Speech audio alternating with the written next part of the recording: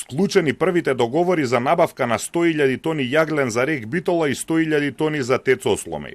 Договорот за РЕК е склучен со Протергија Енерджи, фирма ќерка на грчки Митилинеос кој сакаше да влезе на македонскиот енергетски пазар. Цената е 449 денари за гигаджул. Рис Инжинеринг треба да испорача јаглен за Осломеј по цена од 448 денари за гигаджул.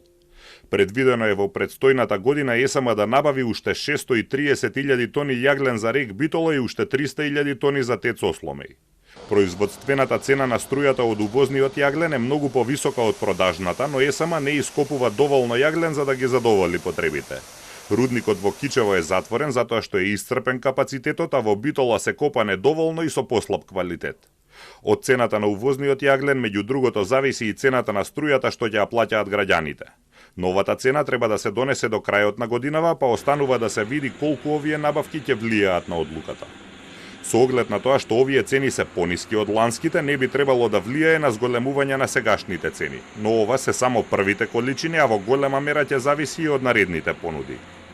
Во март минатата година Протергија склучи два договори за по 500.000 тони по цена од 445 денари за гигаджул, но со анекс во октомври беше зголемена на 486 денари.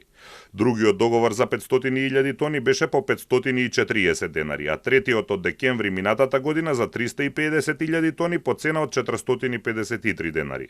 Сите поскапи од сегашната. Јагленот се набавува во тони, но фактурите се плаќаат во зависност од калориската вредност. Оној јаглен што не ги задоволува минималните стандарди не треба да биде платен. До крајот на годинава Регулаторната комисија за енергетика треба да донесе нови цени на струјата за граѓаните. Цената во голема мера зависи од продажната цена што ќе ја понуди ЕСМ.